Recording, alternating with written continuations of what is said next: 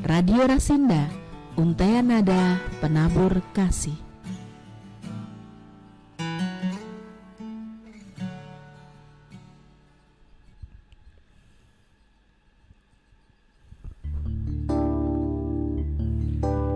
Selamat malam Sobat Rasinda. Apa kabar? Bersama Tuhan Sobat Rasinda. Kalau kita saat ini kembali lagi berjumpa dalam program Sejati. Kalau minggu yang lalu terpending Sobat Rasinda ya.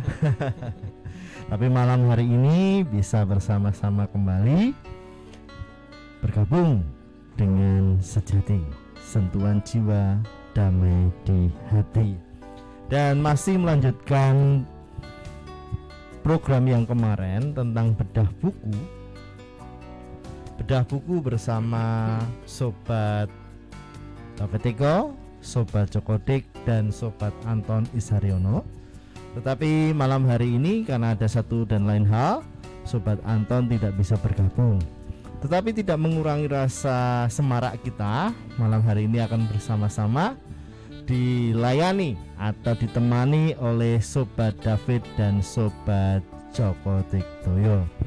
Sobat Rasinda bisa menyimak melalui Facebook kita di Rasinda Solo, dan Sobat Rasinda bisa berinteraksi seperti biasa di nomor kita di WA 0896 805900600 atau langsung bisa bicara dengan narasumber di 0271 661806. Sobat Rasinda bisa ketik di kolom komentar Facebook Rasinda Solo, dan Sobat Rasinda bisa melihat para narasumber yang ganteng-ganteng malam hari ini. Nah, Sobat Rasinda, saya akan sapa dulu untuk Sobat Jokotik yang ada di studio. Apa kabar Sobat Jokotik? Luar biasa baik, diberkati Tuhan senantiasa. Sehat ya? Amin, sehat selalu. Puji nama Tuhan. Ya, malam hari ini di ujung sana juga ada Sobat Jokotik, Sobat Daveteko. Apa kabar Sobat Daveteko?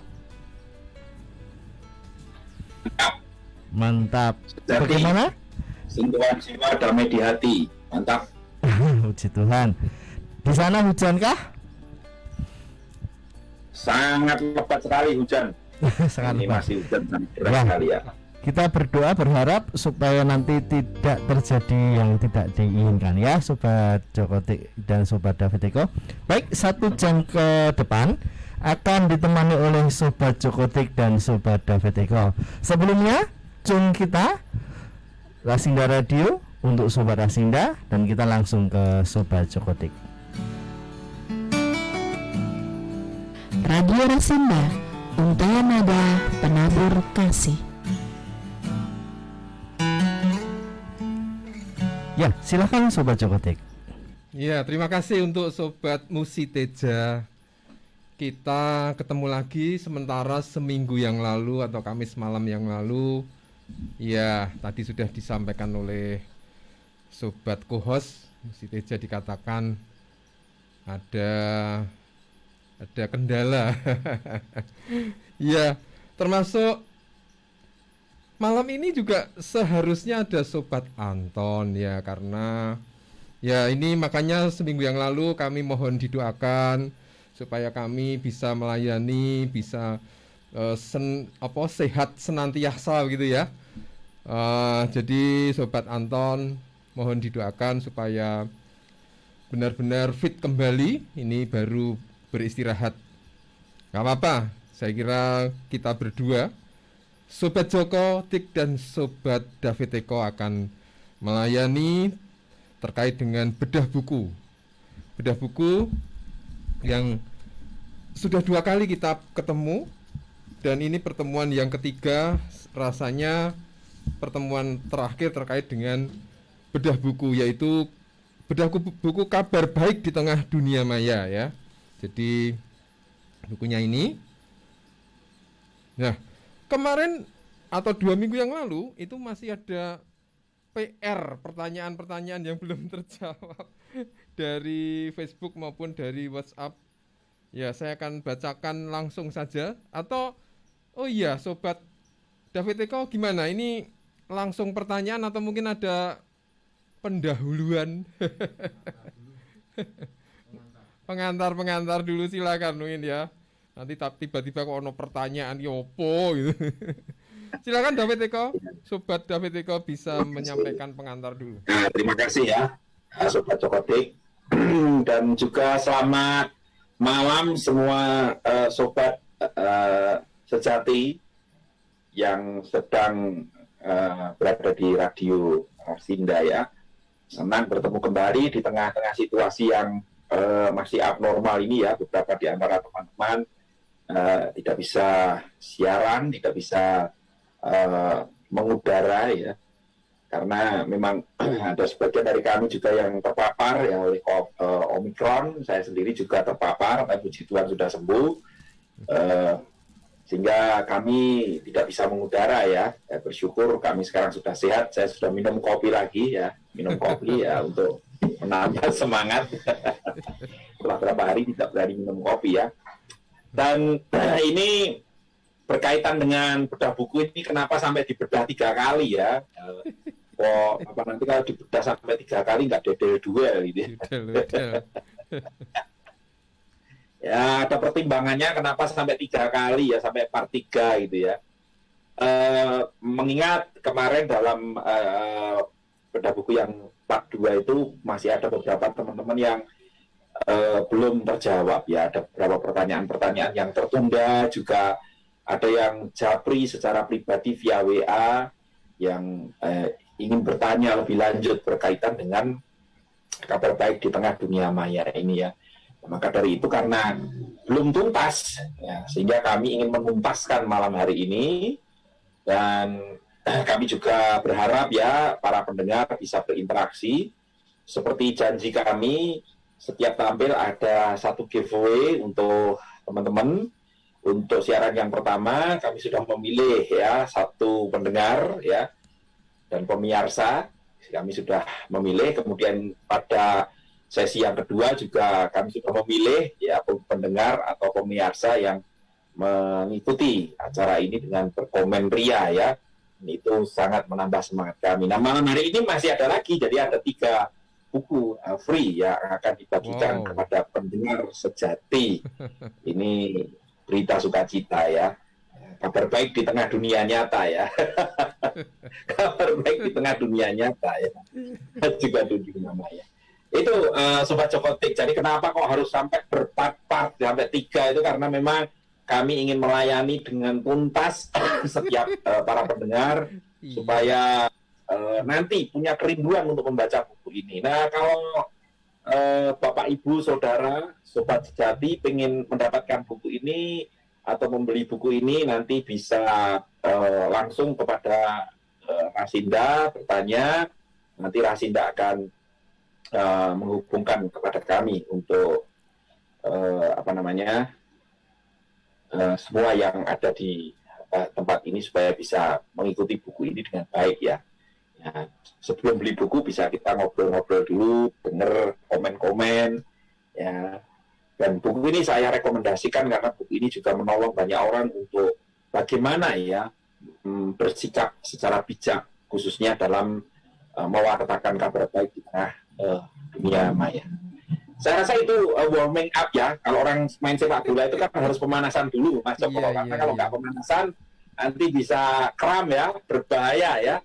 Kalau kramnya kaki, kalau ini siaran kan kram mulut kan repot gitu. Iya, luar biasa ini warming up-nya ini ya. Jadi kalau di dalam itu olahraga maupun kemarin ada MotoGP itu kan ada warm up-nya itu 1 laps. Iya, kalau enggak nanti bisa logor itu jatuh. Ya, terima kasih. Sekali lagi untuk live acara Sobat Sejati selalu modelnya itu pokoknya ya ngobrol santai begitu ya. Ini kebetulan ya 2 orang enggak masalah. 3 orang. Oh, 3 orang. Ada Sobat co-host ini. Jadi tadi sudah dijelaskan bahwa dibedah sampai diodel-odel 3 kali ya, mestinya sudah tuntas. Jadi ibarat bedah mayat itu di perutnya, dada semua Jadi ketahuan semua. Oh, ini isinya begitu ya. Baik. Sobat Rasinda yang berbahagia, tetap menunggu juga. Kalau ada pertanyaan silahkan, tetapi pertanyaannya ini 2 minggu yang lalu sudah begitu banyak, otomatis ini sekarang saya harus sampaikan supaya tidak ganjel. Namanya PR itu kan harus dikerjakan. Ini ada Pak Min di Ngargoyoso, kemudian ada Sobat Dominika dari Wonogiri, pertanyaannya mirip-mirip. Kemudian ada Sobat Christian di Solo. Oh, ini agak beda, yang 2 ini dulu aja. Pak Min di Ngargoyoso sama Sobat Dominika di Wonogiri bertanya bahwa contoh konkret dari pelayanan media dunia maya itu seperti apa. Jadi kalau Sobat Dominika ya mirip lah menggunakan dunia maya secara sederhana. Jadi sama ya. Seperti apa? Mohon contoh konkretnya dan penggunaan atau bentuknya itu kira-kira seperti apa. Itu bisa dijawab dulu sebagai warming up-nya yang kedua ini. Mari Sobat. Sobat DAWTK. Ini sudah ini sudah kick off ya ini ya. Hah? Gimana? Nggak dengar berita nih ya. Sudah kick off ya, saya giring gulanya ya. Saya giring gulanya. Ya, jadi seperti tadi Sobat Cokodik ya, para pendengar, kita santai aja ya dalam acara obrolan ini. Sebenarnya obrolan santai ya. Iya, betul. Obrolan santai tapi berisi, isinya adalah sejati, sentuhan jiwa, damai di hati. Yes. Betul ya, sejati itu sentuhan jiwa, damai di hati. Harapannya ketika mendengar ini ada sesuatu yang tersentuh di dalam jiwa saudara. Amin. Dan saudara mendapatkan kedamaian dalam hati. Oke, langsung dalam pertanyaan yang sudah disampaikan oleh Sobat Cokodik. Bagaimana bagaimana mewartakan kabar baik di tengah dunia maya ini atau di dunia virtual? Itu sebenarnya ada di bab 7, Sobat Cokodik. Di halaman 65 itu, nanti kalau para pemirsa dan juga pendengar membeli buku ini atau memiliki buku ini, nanti di bab 7 ya, di bab 7 itu di situ ditampilkan oleh penulis tentang mengemas Injil dalam ruang virtual. Jadi ini perlu ditekankan ya Sobat Cokodik ya, karena ruang virtual ini adalah ruang publik yang bisa diakses oleh siapapun ya. Kalau masih ingat mungkin Sobat Cokodik pada pertemuan pertama kali ya, yang pertama kali atau yang kedua kali saya lupa malah ini ya, ada tantangan dan peluang ya, peluang dunia maya ini di sana itu tantangan peluang dunia maya itu di sana ada 4,66 miliar orang ya yang ada di sana ya, 4,6 ya, itu yang hadir di dunia virtual itu begitu banyak sekali ya 4, sekian M ya. Nah, ini menjadi peluang. Nah, bagaimana peluang ini bisa dibaca oleh para pewarta kabar baik ya di tengah dunia virtual ini ya. Nah, perlu kita sadari bahwa ini adalah ruang publik dan di sana ada etika yang harus kita juga jaga ya dalam menggunakan ruang publik ini.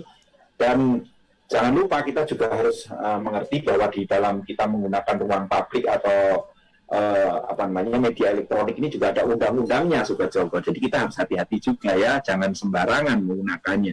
Karena meskipun yang kita wartakan adalah kabar baik, kita perlu mengemas sebijak mungkin supaya kabar baik ini betul-betul menjadi kabar baik ya, bukan kabar buruk ya, tapi kabar baik yang bisa dirasakan oleh banyak orang. Nah, bagaimana contoh konkretnya di halaman 65 itu sampai halaman halaman 65 sampai halaman 72 itu penulis menunjukkan kepada kita bahwa ruang virtual ini adalah ruang yang sangat potensial sekali untuk kita menyampaikan kabar baik, didengar oleh banyak orang. Nah, dan juga di sana ada persoalan-persoalan di mana manusia saat ini lebih banyak suka menggunakan gadget atau tinggal di dunia virtual melalui media sosial, melalui platform-platform media sosial, sangat senang sekali di sana.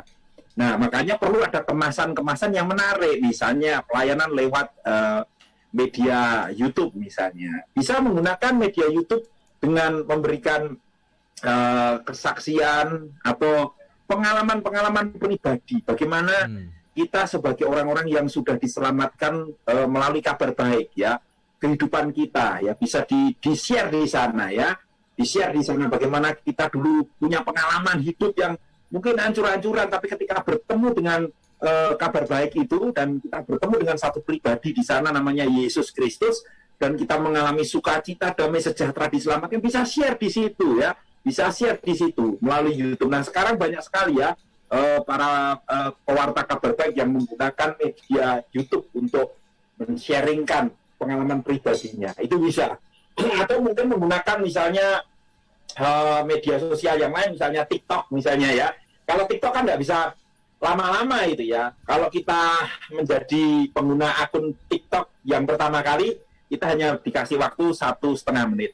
Ya, kalau sudah agak lama, nanti kita punya apa namanya yang add kita sampai 200-an, nanti baru kita dikasih 3 menit, nanti ditambahi lagi 6 menit. Modelnya seperti itu. Jadi kita harus sangat mewartakan kabar baik dengan gaya yang lebih simpel lagi di situ, ya.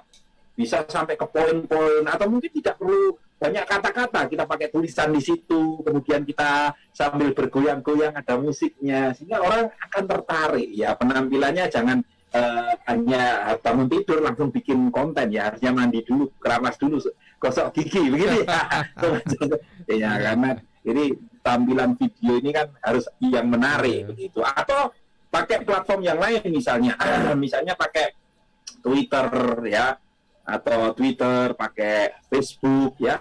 Di sana kita bisa membagi tulisan-tulisan yang bisa menolong orang untuk mengerti, ya, kabar baik yang sejati yang bisa menyelamatkan jiwa manusia dari dosa. Begitu. Amin, amin. Sobat. Yes.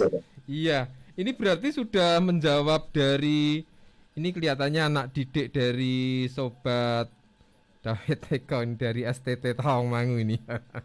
Jadi Sobat Novi Saria Harita. Wah, ini intinya setuju dengan apa yang kita bicarakan saat ini. Jadi sebagai anak muda, ya harus memakai medsos ini, ya, bahasa dia medsos ini atau dunia virtual ini. Jadi bisa menggunakan dengan ayat-ayat Alkitab, dan itu bisa dijadikan dengan kata-kata yang memotivasi, dan itu membangkitkan tadi, seperti menyemangati jiwa dan menyentuh jiwa serta mendamaikan hati. Wah, ini Sobat dari STT Tawangmangu, sekali lagi Novi Saria Harita. Wah, selamat dan sukses selalu. Ini Bapak dosen ada di sini. Ya, kemudian ini juga sudah menjawab dari pertanyaan di WhatsApp yang mengatakan bahwa dari tentang ITE, jadi apakah tantangan di media virtual, bagaimana dengan undang-undang ITE, apakah menghambat dalam pemberitaan kabar baik? Ini juga sudah disinggung tadi bahwa memang kita harus hati-hati, dan memang ada di situ kalau undang-undang ITE itu kan saya sempat nyatet itu di nomor 11 tahun 2008, ya. Ini ada beberapa pasal 27 sampai pasal 37, khususnya di pasal 28 itu memang perlu hati-hati yang terkait dengan SARA. Ya, ini mungkin bisa ditambahi sedikit lagi oleh Sobat David Eko untuk terkait dengan undang-undang ITE, bagaimana, apakah menghambat di dalam ketika kita mengemas berita kabar baik? Baik, terima kasih, ya. Ya. Begini, Sobat Jokotik dan juga yang bertanya masalah ini, ya, sebenarnya saya merasa bahwa undang-undang ITE itu tidak menghambat, ya, karena undang-undang ITE ini adalah payung hukum yang memayungi kita untuk bijak di dalam bermedia sosial, dalam kita menggunakan segala sesuatu yang berkaitan dengan elektronik, ya, transaksi elektronik, kemudian pembuatan konten-konten elektronik, media digital, itu memang harus ada payung hukum. Kalau nggak ada, wah bisa jadi liar, nggak karu-karuan. Nah pertanyaannya, apakah itu akan menghambat ya pewartaan kabar baik? Ya, sekali lagi kita sebagai anak-anak Tuhan ya, kita menjadi anak-anak Tuhan harus bijak dalam menggunakan semua konten yang akan kita posting, yang akan kita gunakan sebagai media pewartaan kabar baik. Di halaman 75, Sobat Cokotik, 75 sampai ya. halaman 77 itu penulis memberikan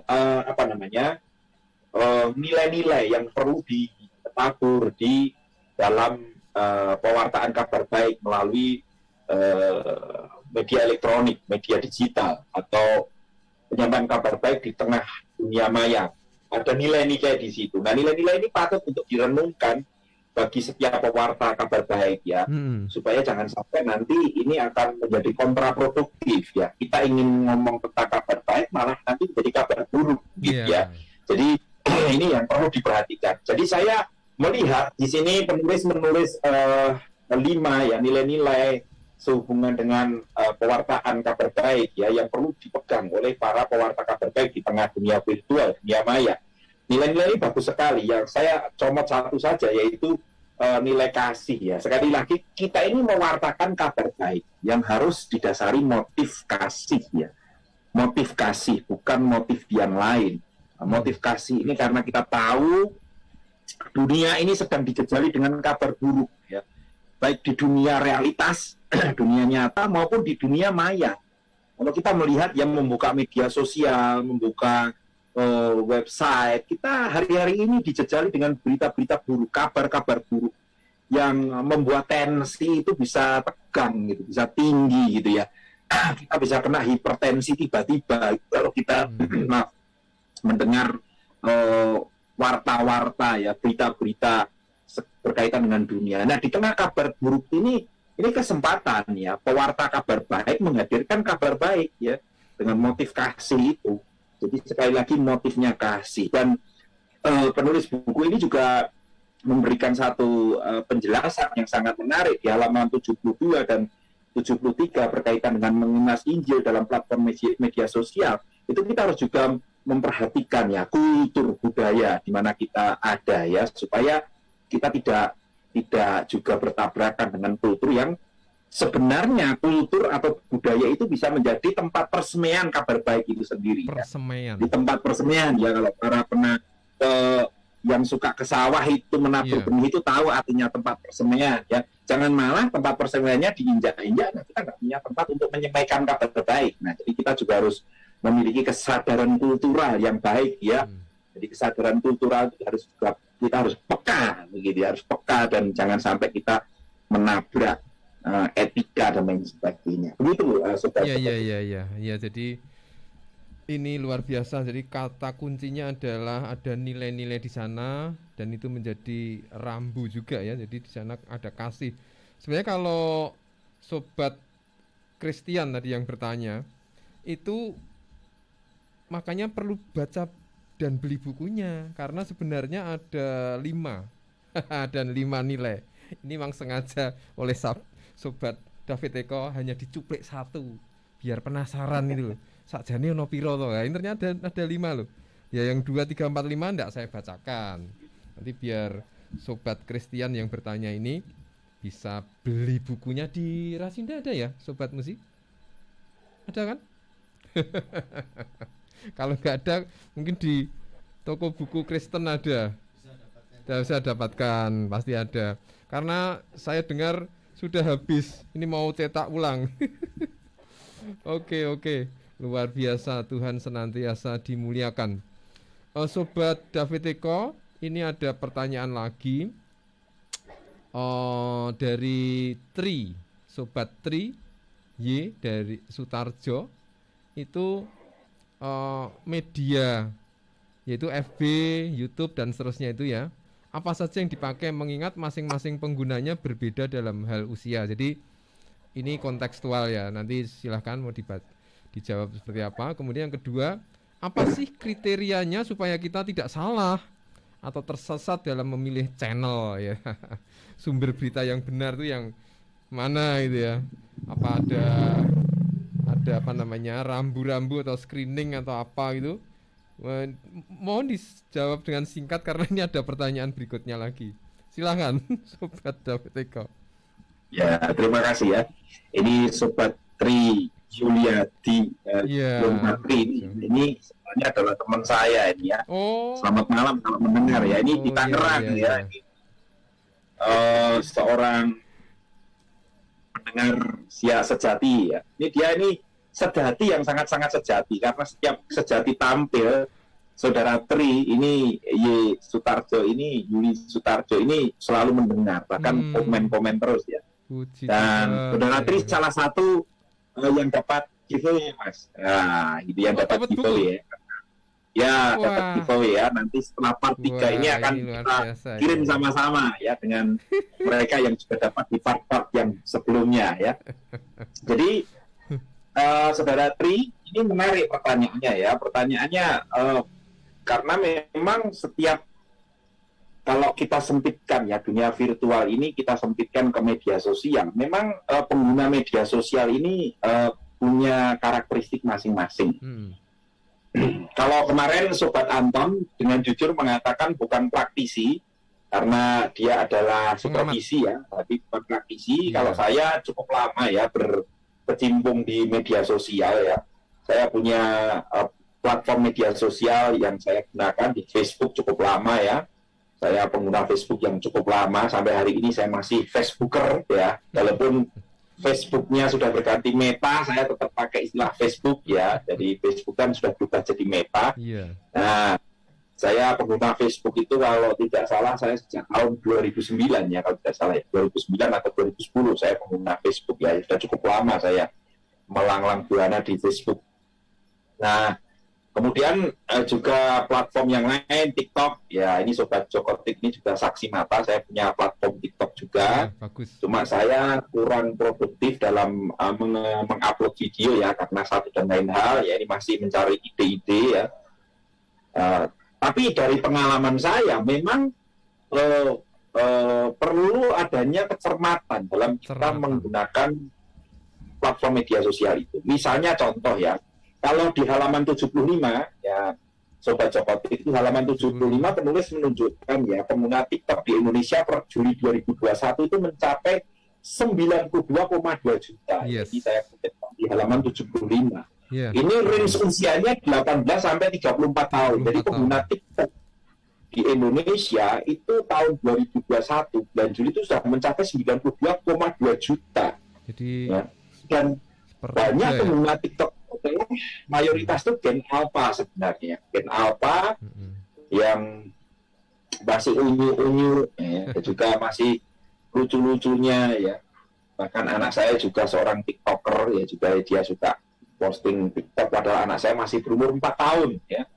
Jadi masih berumur 4 tahun tapi sudah bisa bikin konten TikTok ya kan, keren juga ya. Saya kadang-kadang sampai terbelalak ya, dia sudah punya kemampuan seperti itu. Nah, ini fakta realita bahwa Gen Alpha ini luar biasa beradaptasi ya dengan media sosial atau dengan media digital ya, dengan dunia virtual. Karena sebelum mereka lahir ya dunia virtual sudah lahir duluan gitu ya. Jadi membuka mata langsung sudah ada ya, berbeda dengan generasinya Sobat Jokotik ya yang kemarin disebut sebagai gen baby face ya. Ya, kalau saya ini termasuk gen baby face. Iya. Dan berita buruknya Mas Jokotik, generasi baby boomers ini semakin menyusut, Mas. Jumlahnya semakin menyusut. Iya. Jadi kita memang perlu melihat ini ya. Saya sendiri punya pengalaman karena saya praktisi. Saya pengalaman di TikTok itu ketika saya bikin video motivasi ya. Ini video motivasi, sebenarnya motivasi yang saya sampaikan di TikTok itu adalah motivasi yang saya kutip dari kitab suci yang saya yakini, yaitu Injil ya. Di situ saya mengemasnya, kalau dalam bahasa sastra memparafrase ya, menggunakan kalimat yang lain supaya ini bisa dimengerti oleh banyak orang ya, bukan hanya di golongan orang-orang yang mengerti kitab suci itu, tapi di luar juga bisa mengerti. Nah, saya memberikannya secara umum dan sambutannya luar biasa ya, sambutannya luar biasa. Ada anak-anak Gen Alpha itu yang usia-usia yang baru usia 15 tahun, 18 tahun, ya itu ada juga yang 20 tahun juga gitu ya, yang ngomong, wah saya kalau dengar suara bapak, saya ingat bapak saya gitu.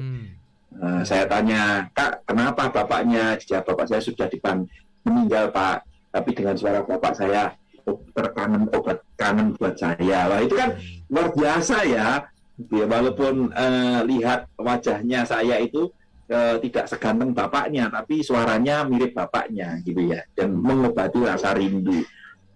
Artinya apa, di TikTok itu banyak anak-anak muda, anak-anak remaja yang dengan gebiar TikTok itu sebenarnya jiwa mereka sepi dan butuh orang-orang yang bisa menghadirkan kabar baik di sana.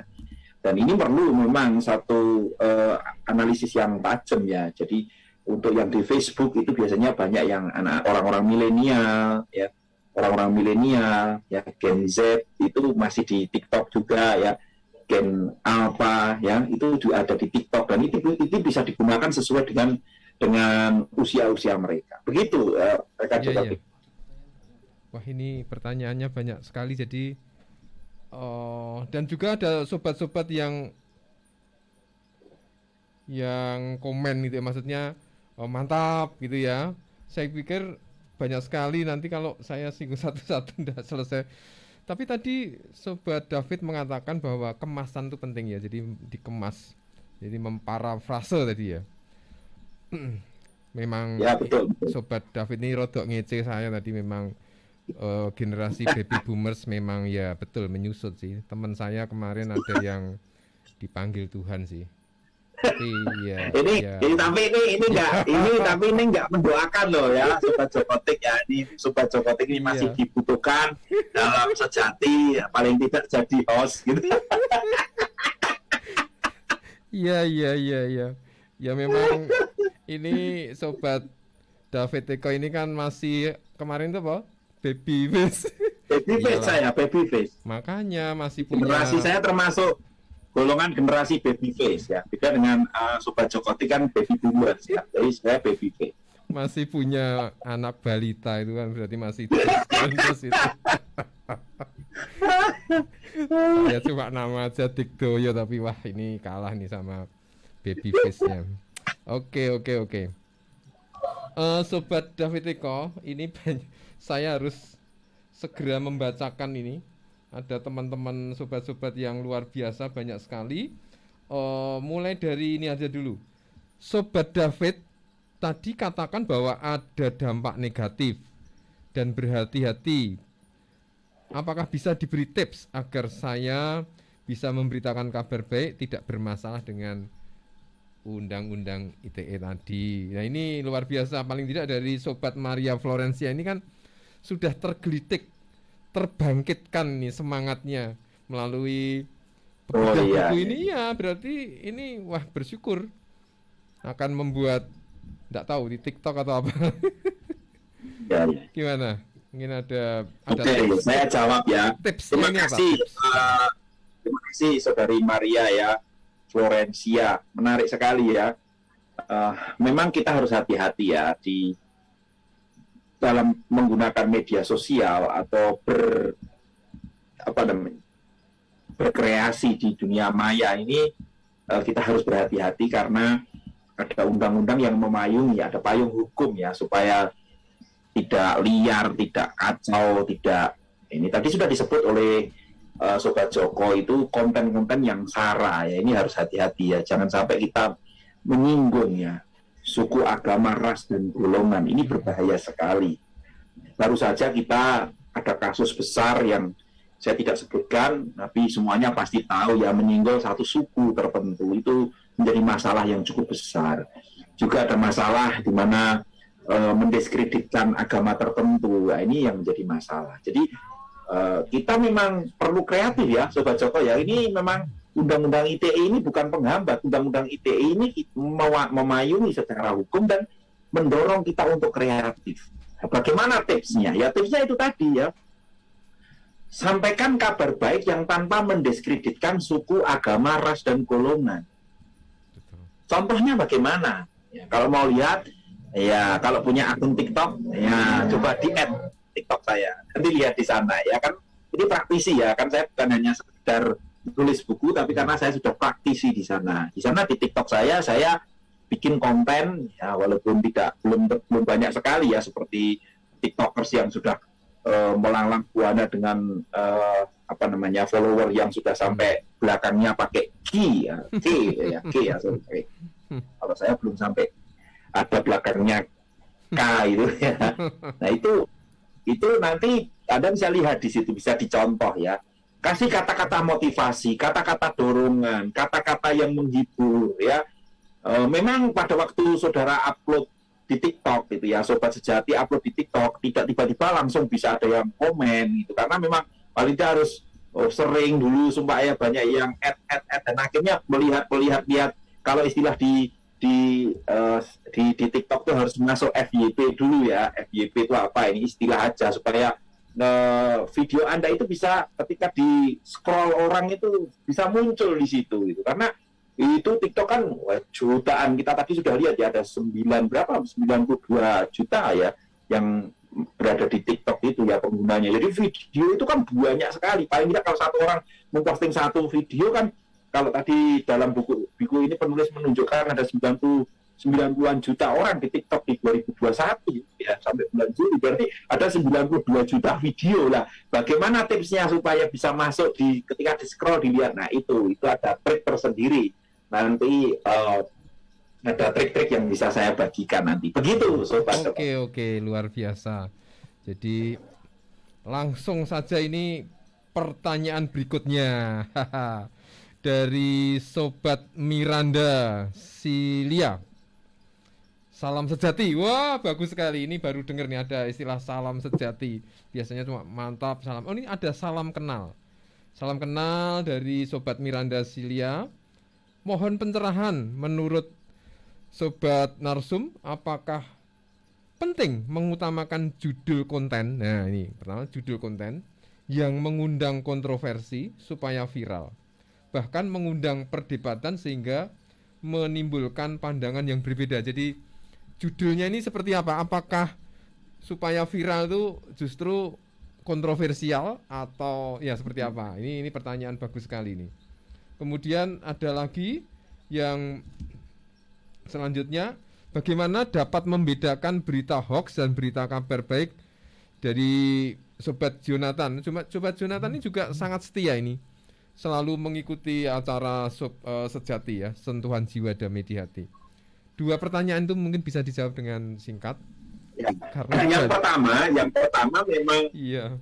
Kembali lagi ya. Yang pertama pertanyaan dari Sobat Miranda ini bagus sekali ya. Apakah ketika kita bikin konten kita perlu judul yang kontroversial, yang mengundang perdebatan dan lain sebagainya? Sekali lagi yang pertama yang perlu ya, ini dari kacamata saya sebagai bersama dengan Sobat Anton menulis, mengapa saya di situ lebih pakai istilah kabar baik ya.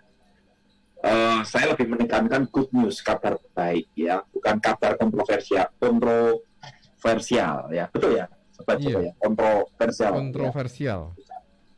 Bukan kontroversial ya, bukan kabar kontroversial tapi kabar baik. Nah, memang yang pertama perlu kita perhatikan ya dalam kita membuat konten itu ya, memang kalau ingin dilihat oleh orang banyak memang judulnya harus diperhatikan betul-betul ya.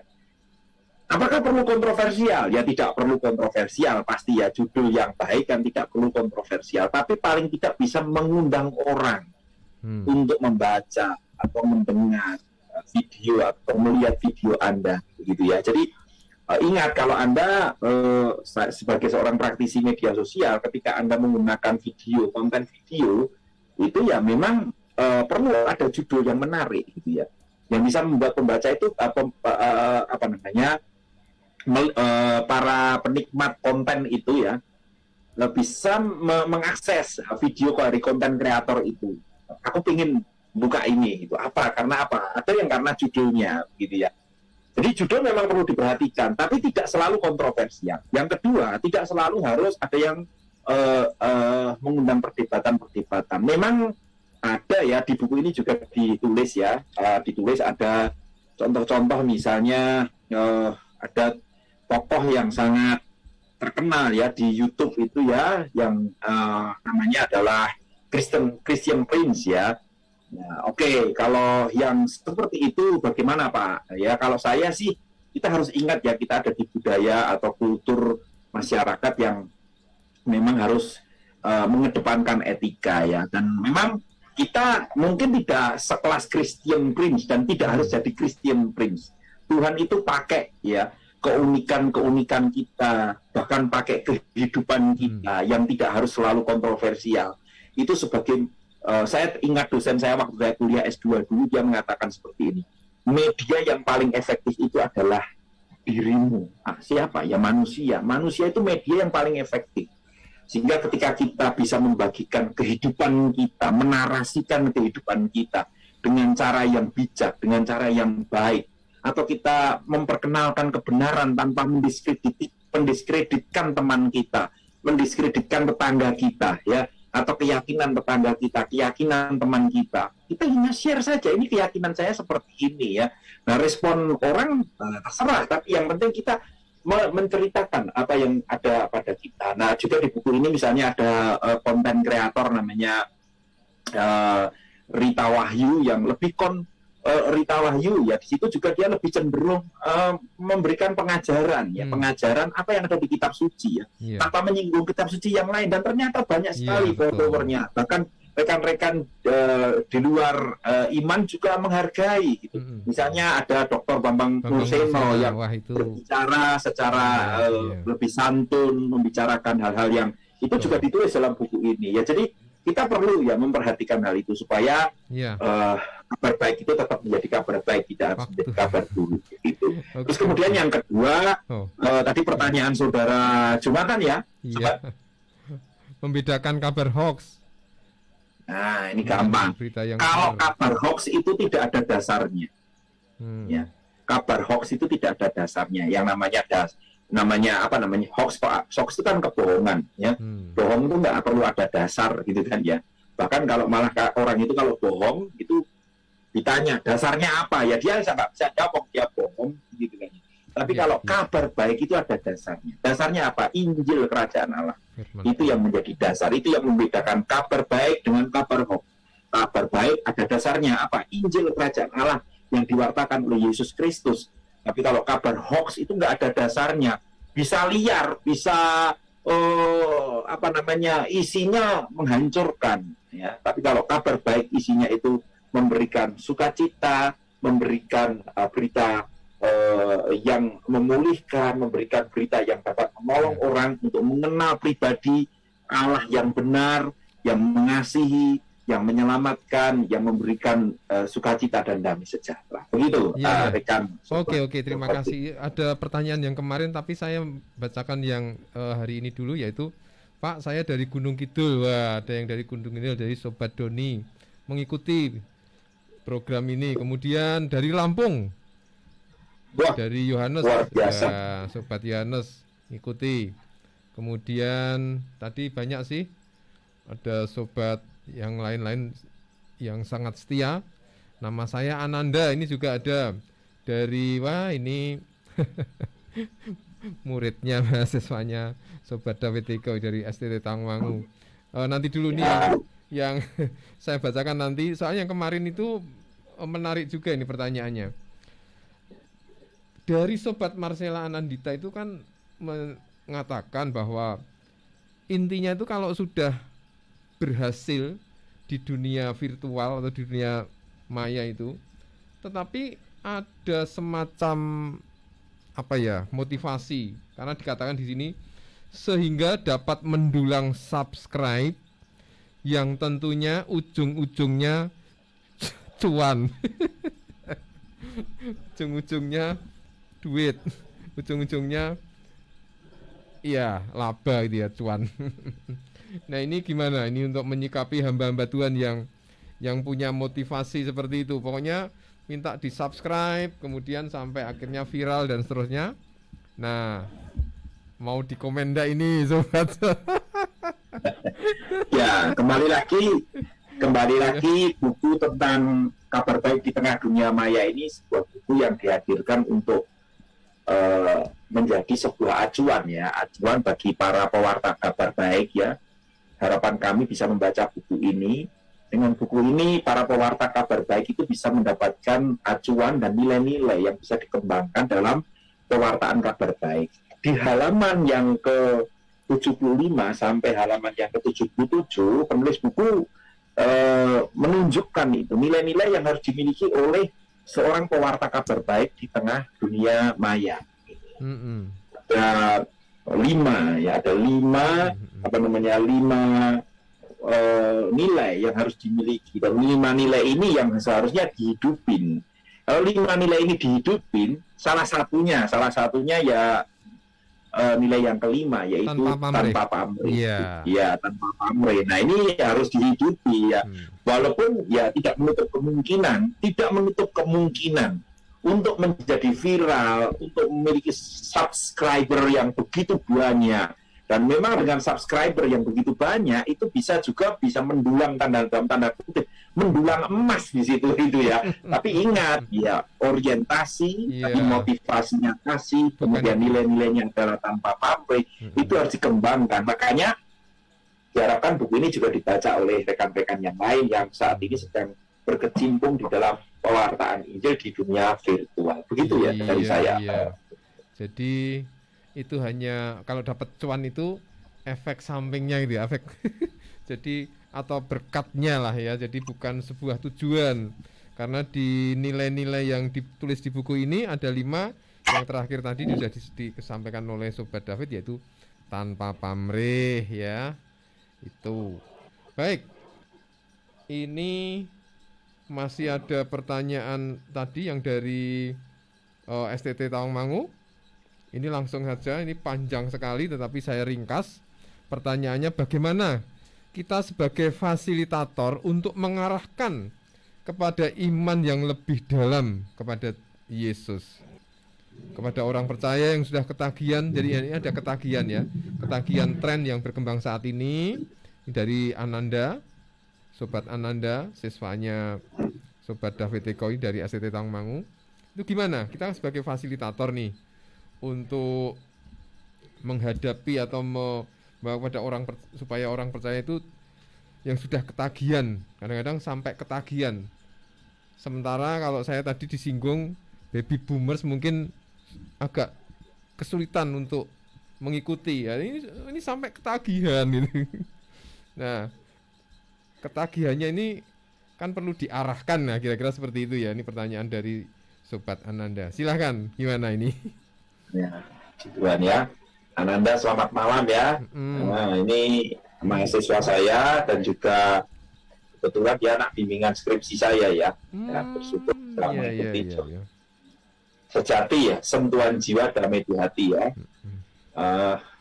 Oke, saya akan menjawab pertanyaan ini dari buku ya. Jadi karena apa yang malam hari ini kan bedah buku ya, bukan bedah ide ya, tapi bedah buku ya.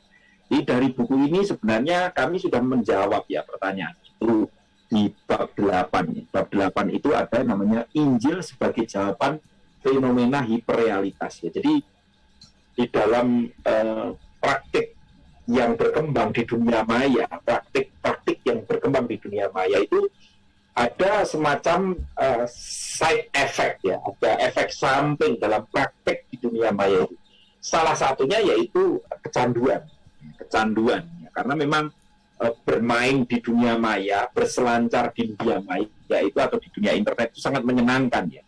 Apalagi sekarang dunia internet itu sudah berkembang begitu pesat, begitu maju ya, sampai seakan-akan melampaui batas. Kemudian muncullah fenomena hiperrealitas. Apa itu fenomena hiperrealitas? Kalau dibaca di bab 8 nanti para pembaca akan menemukan, para pendengar juga akan menemukan di buku ini, hiperrealitas adalah satu fenomena di mana orang dari dua kata ya, hiper itu lebih melampaui, beyond realitas. Jadi Ada fenomena orang-orang yang sekarang ini sukar membedakan mana yang realitas, mana yang fantasi. Nah, itu ya. Sehingga akhirnya inginnya melampaui dari realitasnya sendiri, ya. Misalnya contoh ini ya, wah sekarang ini orang itu wajahnya cantik-cantik gitu ya, ganteng-ganteng ya. Karena senang sekali ya, karena di dalam gadget ini ada filter yang bisa bikin ini kalau Sobat Jokotik itu ada filternya itu wajahnya bisa langsung jadi wajah 20 tahun gitu ya kan. Nah, ternyata di dunia maya itu orang ini lebih suka pakai wajah yang difilter daripada yang nggak kefilter gitu ya. Nah, ketika pakai filter itu diposting terus-menerus ya dia menikmati itu. Nah, padahal itu bukan realitas dia. Realitasnya dia itu ya kakek buyut ya, generasi baby boomers ya, seusia Sobat Jokotik ya gitu ya. Tapi ketika filternya tidak ada ya kembali lagi menjadi kakek buyut gitu ya kan. Jadi tapi lebih menyenangkan itu. Kemudian sekarang banyak juga mak-mak yang biasa bekerja di dapur dengan bumbu berambang bawang gitu ya kan.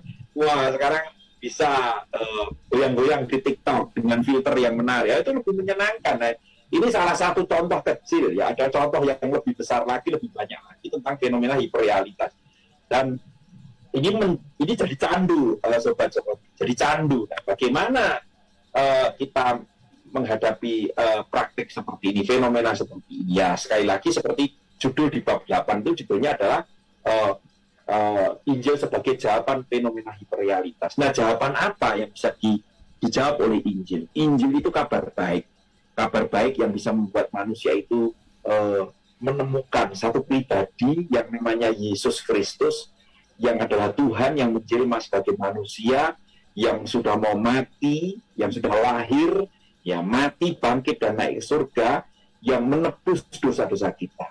Ya, fenomena hiperrealitas itu seperti gunung es. Ya, hiperrealitas itu kayak gunung es. Itu yang kelihatan cuma puncaknya. Di bawahnya itu sebenarnya ada masalah yang jauh lebih besar. Seperti juga kecanduan.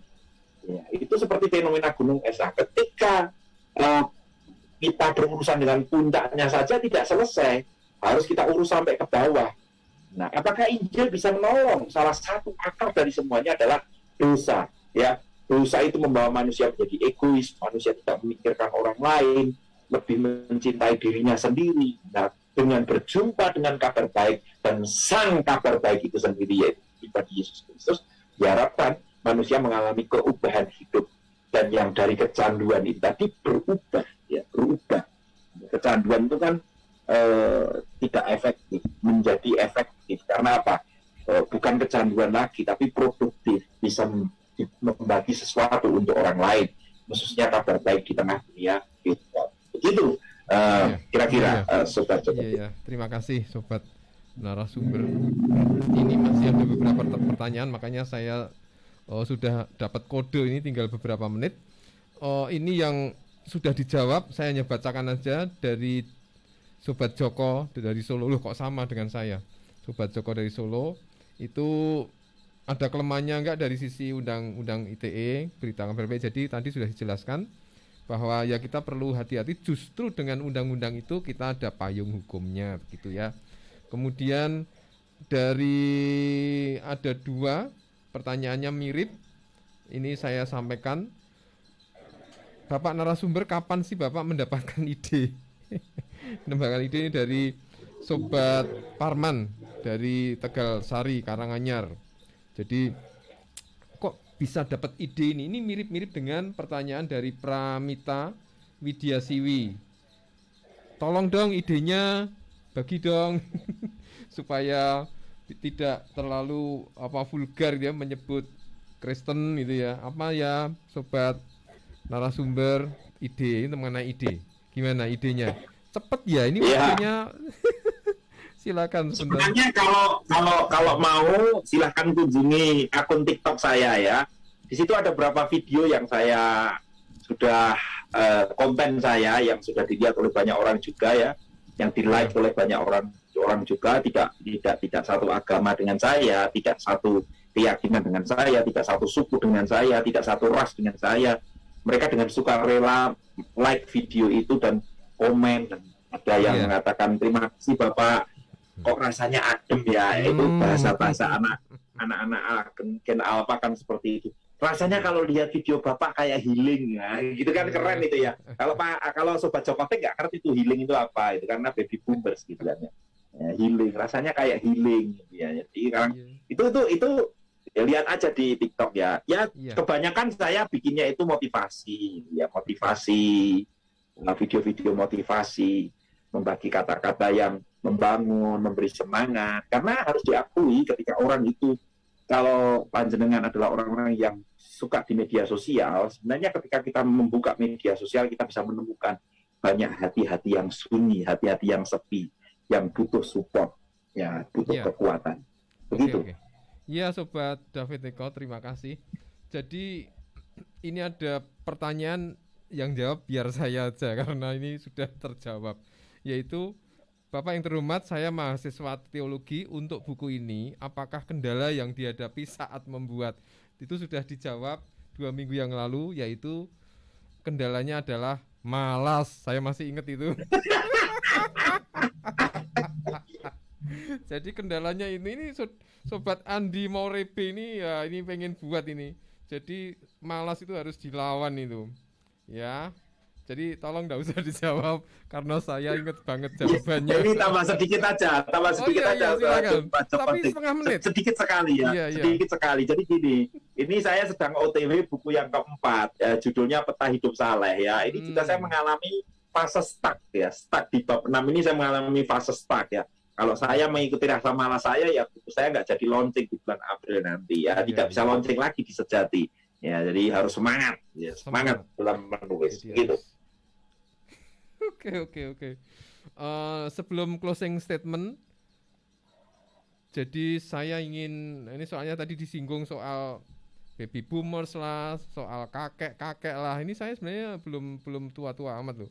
Saya ini barusan mapan, yaitu 58 usia saya. Kemarin maju, ya kemarin masih muda. Tahun yang lalu, sekarang mapan. Nah, maju mapan. Jadi satu cerita singkat saja. Suatu ketika 15 atau 16 tahun yang lalu saya itu ngantar anak saya. Kondisi saya itu sudah seperti ini. Anak saya masih TK kan. Ada orang tua murid yang juga menanyakan, Bapak nganter bahasa Jawa ini gitu. Bapak ngeteraken keng wayah nggih. Bahasa Indonesia ini. Bapak nganter anu cucu ya. Waduh. Saya ini kan rodok, tapi saya biasa aja. Nggih gitu. Maksudnya ya enggak malu. Orang yang bertanya kan enggak malu. Tapi akhirnya tahu bahwa itu sebenarnya anak saya, bukan cucu saya. Gitu. Kalau Sobat David Iko ini anaknya masih 4 tahun, masih balita. Wah, ini bukan cucu, itu anak itu. Silahkan closing statement. Iya, closing statement dan nanti saya akan tutup dengan doa. Silahkan. Nah, jadi rekan-rekan Sejati, sentuhan jiwa damai di hati, Sobat Sejati di seluruh Indonesia yang mendengar siaran ini, satu hal yang perlu kita ingat, kabar baik harus diwartakan. Di tengah kabar buruk, di tengah kabar bohong, di tengah kabar yang mengkhawatirkan, harus dihadirkan kabar baik. Kabar baik itu apa? Kabar baik adalah berita Injil, pengampunan, keselamatan di dalam Yesus Kristus. Itu yang harus kita wartakan supaya menjadi kompetitor dari kabar-kabar yang lain, supaya ada alternatif orang untuk memilih, sehingga nanti ketika memilih yang benar, hatinya akan dijamah, akan mengalami sentuhan jiwa damai di hati dan diselamatkan. Amin. Begitu saja, Sobat. Iya, kita berdoa. Tuhan, terima kasih buat malam ini. Pertemuan bedah buku sudah selesai sampai 3 kali pertemuan Tuhan. Kami menyerahkan untuk pertanyaan-pertanyaan yang mungkin juga belum tersampaikan atau belum terjawab, tetapi Tuhan yang akan menjawab untuk setiap Sobat Rasinda, Sobat Sejati Tuhan, supaya kami semua benar-benar mendapat pencerahan dan berani untuk memberitakan firman Tuhan, untuk menceritakan kabar baik di dunia virtual atau di dunia maya ini. Mari Tuhan beri kami terus hikmat, kuasa, kekuatan, keberanian, tetapi juga hikmat Tuhan, supaya kami benar-benar tidak masuk dalam lubang atau sesuatu yang mencelakakan, karena kuasa dan pertolongan Roh Kudus yang membentengi kami. Terima kasih Tuhan, kami serahkan untuk Sobat Rasinda, program Sejati semuanya dalam lindungan kuasa dan kasih karunia Tuhan. Dalam nama Tuhan Yesus kami serahkan hidup dan kehidupan kami semua ini. Haleluya. Amin. Amin. Amin. Radio Rasinda, untaian nada penabur kasih. Ya Sobat Rasinda, sampai di sini program Sentuhan Jiwa Damai di Hati Sejati. Dan malam hari ini sebelum saya tutup, siapakah pemenangnya malam hari ini? Pak David. Untuk pemenangnya nanti akan dikabari langsung melalui Rasinda ya. Masih off the record, tapi pasti akan mendapatkan buku untuk yang malam hari ini join. Oke, begitu saja. Terima kasih. Siap, terima kasih Sobat David. Dan sampai di sini program Sejati. Sampai ketemu di minggu yang akan datang.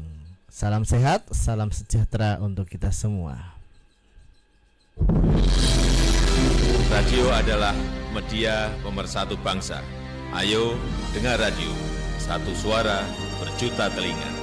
Saya Joko Widodo, Presiden Republik Indonesia. Pesan ini disampaikan oleh